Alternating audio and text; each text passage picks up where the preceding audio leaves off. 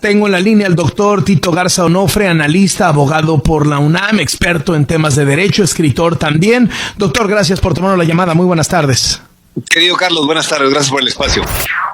Game over. ¿Se acabó esto? ¿Va la reforma judicial tal cual la querían López Obrador y Sheinbaum?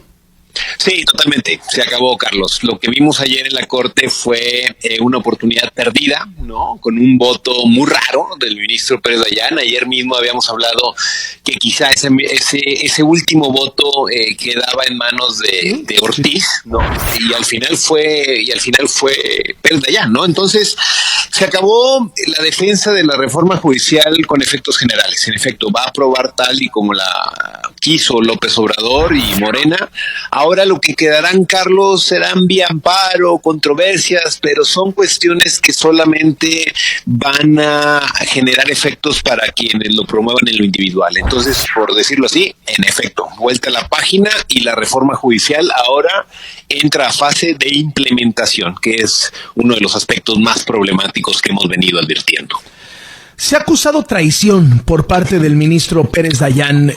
Los trabajadores del Poder Judicial están enfurecidos, buena parte de la opinión pública también. Se ha señalado la incongruencia de Morena, pues que como le decían ministro corrupto y ahora resulta que es un héroe. ¿Cómo lo ves?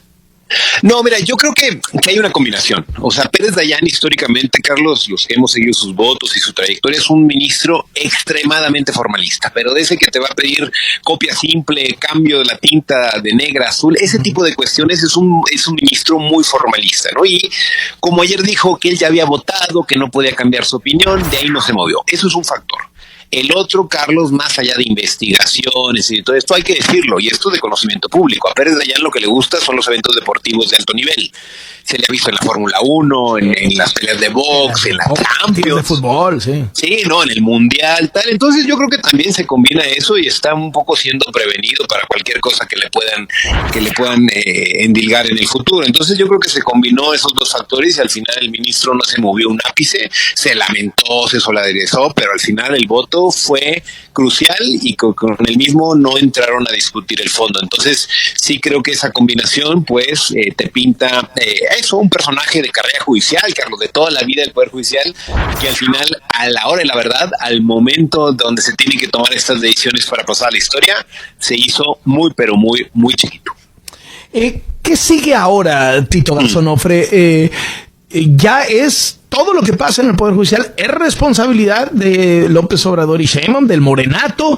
¿En cuánto tiempo se supone que van a limpiar de corrupción y vamos a tener un sistema de justicia como en Dinamarca? No sé si llamarlo así. Mira, por lo que, por un lado, Carlos, lo que vimos ayer creo que nos abre esa posibilidad. Se acabó que el enemigo sea el Poder Judicial. La Suprema Corte, con las reformas que pasaron y con lo que sucedió ayer, la Suprema Corte queda muy reducida. Cualquier cosa que ponga Morena en la Constitución y las mayorías va a transitar sin ningún problema. En ese sentido, la reforma judicial yo creo que va a ser el mejor ejemplo de cómo todo cambió para que no cambiara nada y al contrario, se empeorara y costara más dinero. Ahora está el balón en su cancha, están peleándose ahora en el INE, que va a ser la elección más cara en la historia del país, que van a ser muchos millones de pesos, pero pues eso fue lo que se comprometieron. Entonces, esta fase de implementación, donde el único enemigo son ellos mismos, donde ellos mismos se van a tener que hacer bolas con una reforma con implicaciones tan dañinas para la democracia, creo que eso los va a poner en evidencia. Creo que de verdad tenemos ahora 8 meses para la primera elección de jueces en México, pero esa no funciona de manera automática, ¿no?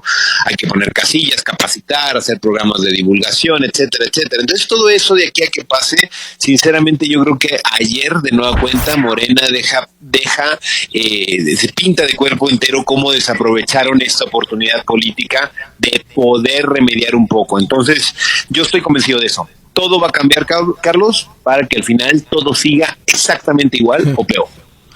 Muchísimas gracias, doctor Tito Garza Onofre, por estos minutos para W Radio. Muy buenas tardes. Buen miércoles, querido Carlos. Un abrazo. Hasta luego, dentro de lo que quepa, ¿no?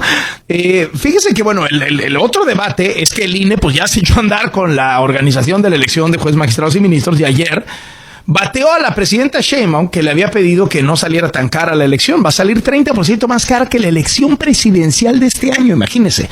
Pidieron en el INE 13,000 millones de pesos de presupuesto para organizar la elección de jueces, magistrados y ministros. ¿Qué dicen en el INE?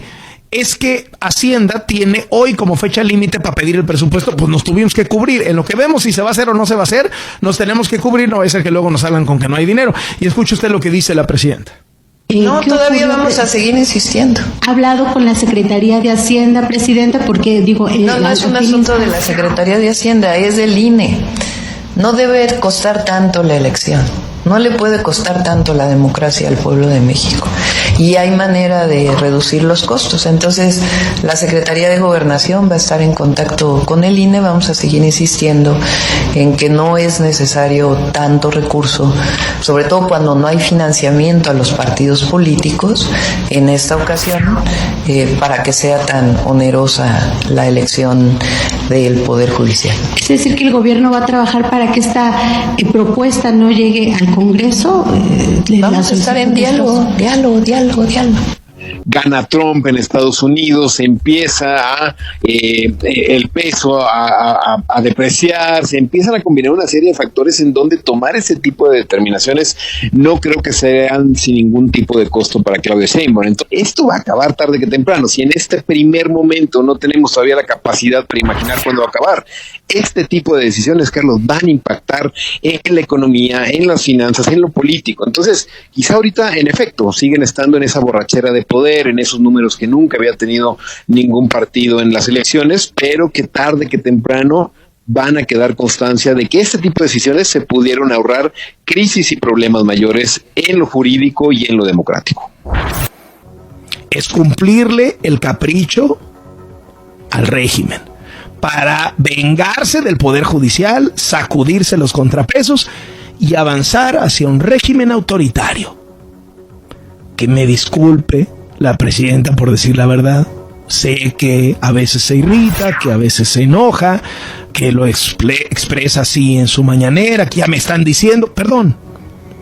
Ella avaló la reforma al Poder Judicial, que no es porque lo diga yo quién soy. Todo mundo, todos los medios de comunicación extranjeros, universidades, organizaciones no gubernamentales, países dicen, esto es autoritario. También lo dicen empresarios, analistas financieros, inversionistas, los mercados. Esto es autoritarismo. Ella está avalando el autoritarismo. Ella es autoritaria. Porque además que no nos venga, o sea, ganó con el 56%, no con el 85%. O sea, hay un 44% del país que no votó por Claudia Sheinbaum. Pero luego dobló al INE, dobló al Tribunal Electoral, compró a algunos legisladores de la oposición y ahorita pues sienten que pueden hacer todo. Eso es autoritarismo. Esa es la definición de autoritarismo. Sacudirse los contrapesos, desaparecer la existencia de poderes que se equilibren los unos a los otros. Eso es autoritarismo. Decir